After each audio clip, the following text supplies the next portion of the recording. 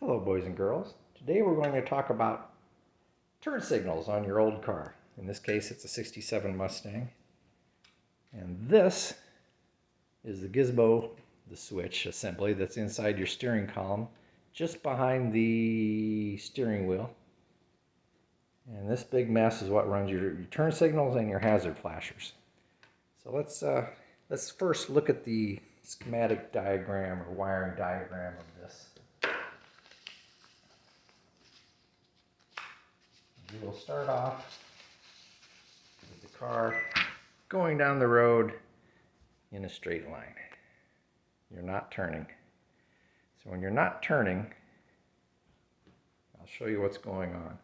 All these circles in here are connections inside the switches.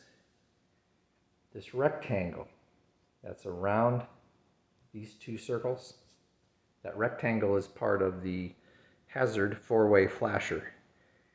When the rectangle is on the left where it is now, your four ways are not on. When the rectangle goes over to the right and bridges these four dots, these four connections, then your four ways are on. Over on the right here we have two triangles. When your steering wheel is pointed straight and you don't have a turn signal on, these two connections are joined. And these two connections are joined. This triangle, consider it to be like a triangular piece of metal. Okay, now let's take a right turn. When you want to take a right turn, you turn your turn signal. This upper triangle comes down and joins these three posts. The lower one doesn't move, and the hazard flasher doesn't move. So we're turning right. These three connections are joined, which takes the signal from the turn signal flasher up here into there, and it's divided up amongst the right rear lamp and the right front lamp. That's turning right. When we want to turn left, the other triangle moves. This other triangle moves up when we want to turn left, which again takes the output from the turn signal flasher and divides it amongst left rear lamp and left front lamp. Now, one thing to keep in mind is that the brakes on an old car like this use the same filament in the same bulb as the turn signal bulb. That's why we have a brake light switch input here. From the brake light. That's an input. Turn signal flasher is an input from the hazard flasher. These are the outputs. Left rear lamp, left front lamp, right rear lamp, right front lamp. The colors on here pertain to my car, and I wouldn't trust them fully. Oh, there's one other thing. This red wire here doesn't seem to do squat. It's not even connected on my car. Okay, there's one last scenario to look at. That's if you want to turn your hazard flashers on, your four-way flashers on. This rectangle moves over to the right and covers these four spots, which divides up the output of your hazard flasher amongst all four lamps. Okay, now let's dig into that switch a little more. Okay, now let's see here. When you have it in the car and take off your steering wheel, this is the side you'll see. This thing over on the right is your four-way switch, your four-way hazard flashers. There are 6 wires involved with it. 3 on this side, 3 on that side. If you'll remember from one of these sheets, we have 6 wires involved. 1, 2, 3, 4, 5, 6 with the hazard flasher.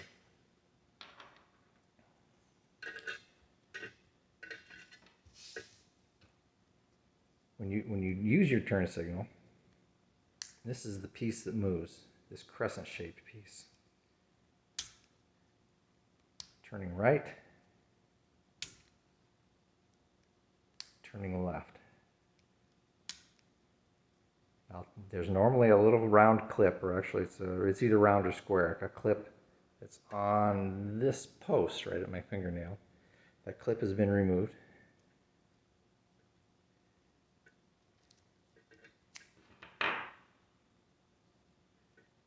And as you can see, it's kind of Mickey Mouse in there. There's not a whole lot going on.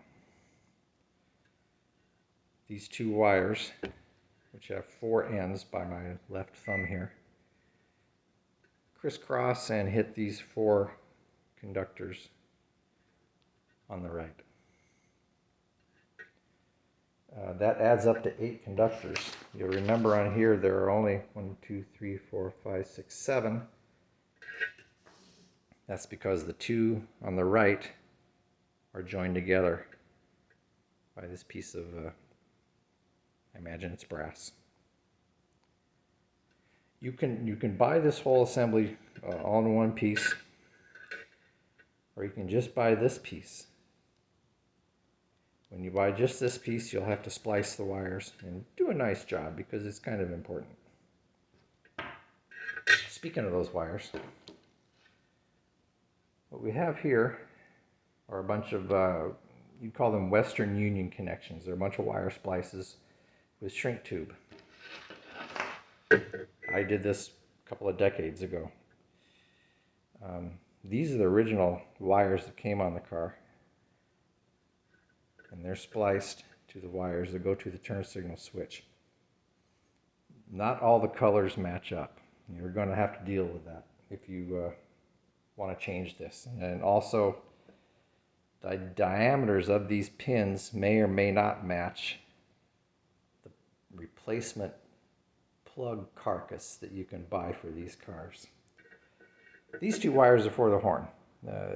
Those of you who are on top of your game will notice that there was no horn on here. I don't have a horn on my car. The heck with it. I don't need a horn. The horn is nonsensical the way it works. I just didn't trust it, and I use an aftermarket steering wheel, and the horn that comes with those are a joke. So let's look at one other way that you can look at this switch. Okay, if you didn't like the previous sheet I showed you, this thing, here's another way of looking at it. When you have your car not with the turn signal not on, here's your left front light bulb, your right rear light bulb, your right front light bulb, your left rear light bulb. Brakes, turn signal flasher. When you're not turning, these are connected. If you want to turn left, they're connected like that. When you want to turn right,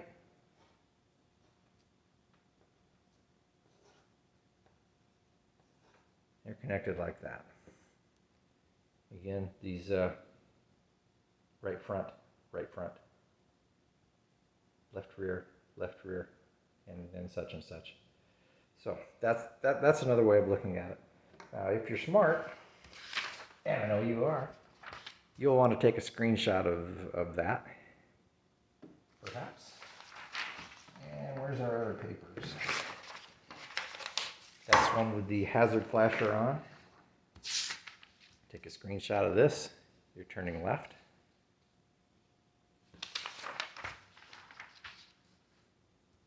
Screenshot of that. You're turning right. And finally, this one, you're not turning at all. So thank you very much.